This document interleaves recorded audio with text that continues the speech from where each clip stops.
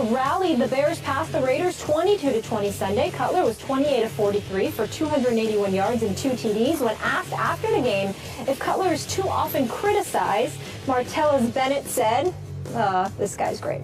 They threw rocks at Jesus, and Jesus was an excellent guy who did a lot of awesome stuff. Our guy, Skip. I'd say he was. Marty, He was an excellent guy. Marty to Cuddy, comparing him to Jesus like yeah. only a Bennett brother can. Skip. And y'all find this humorous? We're about to. At your expense. How impressed were you by Jay Cutler? Well, Stephen A., I still really like this Raiders team, and it's possible this Raiders team was looking ahead to its home game next Sunday against Peyton's Broncos. But yesterday, the Oakland Raiders, on the rise, got Cutlered, as in Jay Cutler, your favorite Vanderbilt quarterback, anchor down. Way to go, Jay. Jay Cutler wasn't really supposed to be back yet from his pulled hamstring. He sucked it up, gutted it up, and played yesterday. Way to go, Jay Cutler. And he lost his starting center early to a broken leg, and he was already down 2 other offensive line starters. And yet, Jay Cutler threw 2 touchdown passes, and then this time he canceled a late interception by leading a late drive all the way down for a 49-yard field goal that won the football game. Way to go, Jay Cutler. Make this guy open his eyes and see that you can still play at a very high level. Well, I've never, excuse me, boy, you lucky I'm sick today. I will say this to you. The reason why I said y'all are laughing at this, because Jay Cutler is no savior. Jay Cutler is quite pathetic compared to most saviors. Literally, figuratively, subliminally, fantasy-wise, it doesn't matter. Fantasy, like you pay attention. It doesn't matter. This man doesn't get it done. He won a game yesterday, that's fine. You know, most teams win a few games during the regular season. Mere bag of shells. Okay, mere bag of that's shells. what I was thinking. It's no big deal. They beat the Oakland Raiders. Helped that Crabtree went down. I'll give you that. You know, it's the Oakland Raiders, which I reminded you about just the last week. I was trying to tell you, they're not there yet. Relax. Pump up the brakes. They can go on a run, Stephen. They can go on a run. They're coming. Just wait. Whatever. I'm still waiting. The Denver I'm still Broncos waiting. are going to have their hands full next Sunday. Sure. Wow. I feel you on that. I'm just saying that, you know, they won a game yesterday in Chicago, Soldier Field. All right, I got it, Skip. You know, but be careful. You know, Matt Forte, 91 yards rushing. Okay, congratulations. I get it. No Alshon Jeffrey, I understand that. Martellus Bennett came alive. You got him the ball. You got him the ball 11 times. I appreciate that, Skip Bayless. They needed to get him the ball. They needed to get him the ball more. Mike Ditka was on SportsCenter yesterday talking about how they needed to get Martellus Bennett the ball. But it is Jay Cutler we're talking about here. So you can get all excited.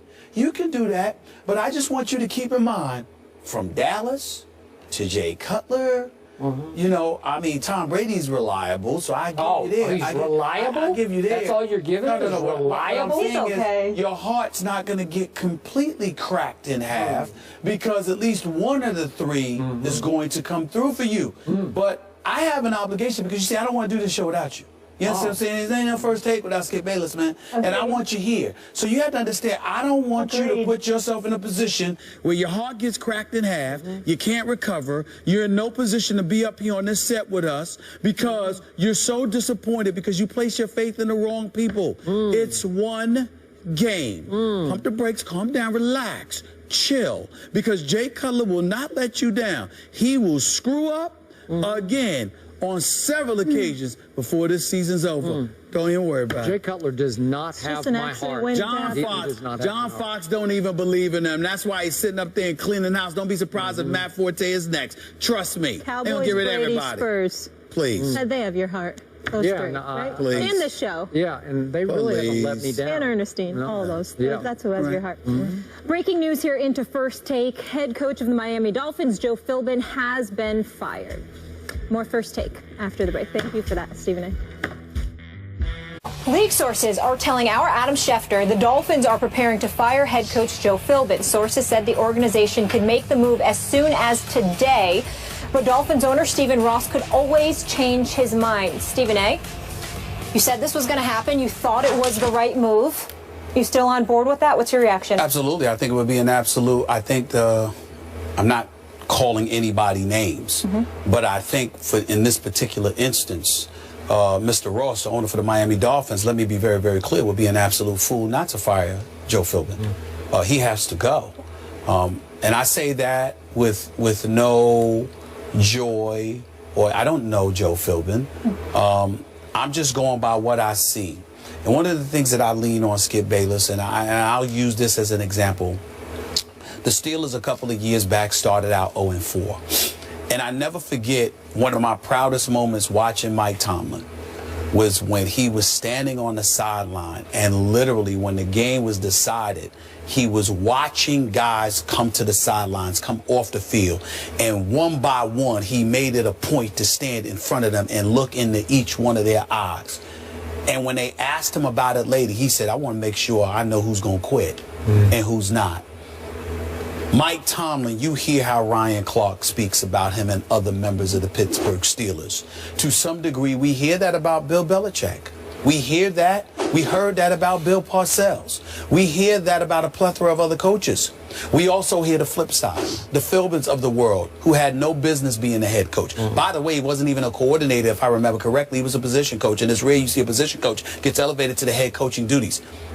I believe that Joe Philbin is a knowledgeable football mind who can contribute to a lot of good to organizations. Maybe he could go back to Green Bay and work with Brett Favre or whatever. He has, Brett Favre, Aaron Rodgers. He has no business being a head football coach in the National Football League. I do not believe he is a leader of men. I do not believe that he is somebody that can galvanize the troops and to inspire them to go all out. Although it wasn't as ugly as people want to surmise, the bottom line is they went to London, England yesterday and lost to the New York Jets, and after the meeting with the defensive coordinator, who definitely is going to go because the players can't stand playing for him, the bottom line is they gave up 160-plus yards to Chris Ivory, okay? And Ndamukong Suh looks like a shell of himself. Remember, he was in Detroit. He was telling his defensive teammates, this is what we're going to do. Here's what we're going to do. You go there, you go there, you go there. Now in Miami, he's just another name that, another puppet for them, which is why he didn't answer those questions, even though I believe he should answer those questions because that's what you paid to do, play and answer questions. That's what being a professional is, but that's another subject for another day. The bottom line is he is clearly being misused. He's not being helped. He's definitely not being inspired. So you take all of those things into consideration, and considering the $149+ million that the Miami Dolphins spent in the offseason, you are coming up short. Stephen Ross's one shot to save this season is to fire Philbin today. I'm sad about it because I don't wish that on anybody. I swear to you. I don't want anybody to impede anybody's ability to take care of their families. But I'm sure he'll get a severance package, and before long he'll land someplace else with a job as a coordinator or position coach.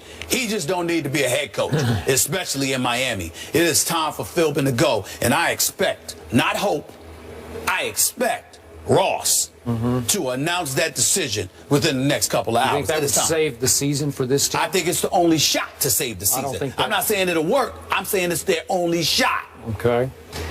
I have thought Philbin was in over his head since, remember when Hard Knocks did the Dolphins camp? Yeah. Lost track. With him and Ocho Cinco. Yeah, that really rubbed me the wrong way, too. Me too. Yeah. Okay, the problem here is that somebody committed long-term to Ryan Tannehill as the face of the franchise quarterback. And that was a big mistake. And I said it before the draft, but right now Ryan Tannehill's QBR is 32 on a scale of 0 to 100. And yesterday, on third down, Ryan Tannehill's offense was 0 for 12, and on fourth down, 0 for 4, a combined 0 for 16. He's not good enough to save the season. That's just me. I've said it from the start, and I've been consistent. So you got two big issues. You have a head coach, and you have a quarterback. You can't undo the quarterback, and I don't know who should be responsible for signing the quarterback. Was it just Philbin? Did Ross have a hand in that? Was it from the executives, the general manager? I don't know. But in the end, you also gave an astounding amount of money to a Suh who doesn't have leadership intangibles to me in the locker room. He is sort of his own guy. And as long as you let him do his own thing, I don't know about him calling out signals to the other defenders, maybe so.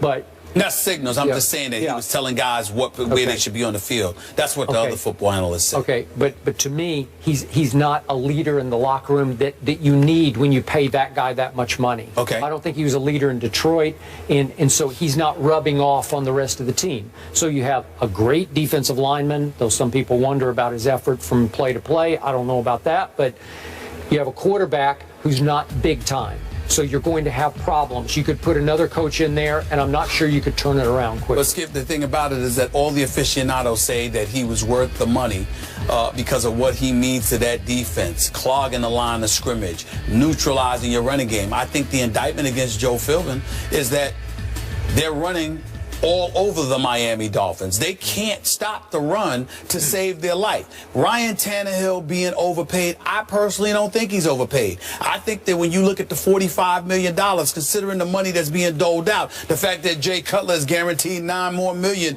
than Ryan Tannehill, I think he's somewhat of a bargain. I just think that you have to put the necessary pieces around him. You can't bring in Wallace and expect him to do his Hardline is gone as well. You had him in there. He was supposed to be something. You know, you just look at the personnel decisions that were made. Skip, it's almost like they're lifeless. And let me tell you something right now. And I know it's just something on the periphery, and people don't take this into consideration. But I'm going to tell y'all again, and people need to learn to listen to me when I say stuff like this because it's important. Where you play matters sometimes. You can't be in South Beach with those distractions and you ain't ultra motivated. You have to be. A Kobe Bryant can play in South Beach. A Kevin Durant and a LeBron and them, they can play in South Beach. Dudes who are full. Russell Westbrook can play in South Beach. But you can't have somebody that's easily distracted. I get it. And they're in Miami. All I'm trying to say to you is that when stuff like that happens, you got to have that extra motivational skill inside of you when you don't have the personnel that fits that. Philbin ain't that dude. That's my issue. Tomlin, if coaching Mike in South Beach, he could do that. Okay. You need people like that. But at 0-4, he still had Big Ben. Right? I understand that. So you're okay. I understand that, but I'm just saying when things were falling apart, cats didn't go out there and give up. You got guys calling out the defensive coordinator. They tweeting about being gone. And, you know, all of this kind of stuff going on. In the middle of the game, you can't have that. Nope. They got to go. Coach got to go. Got to go. Like the Eagles, this Dolphins team, a lot of people were optimistic going into the season that they were going to be very strong. Now they're sitting at 1-3 in the AFC East. After the break, Jay Cutler leads Chicago to their first win of the season. Woohoo! How impressed is Stephen A. by the Bears franchise quarterback? Can't wait for that. Find out next.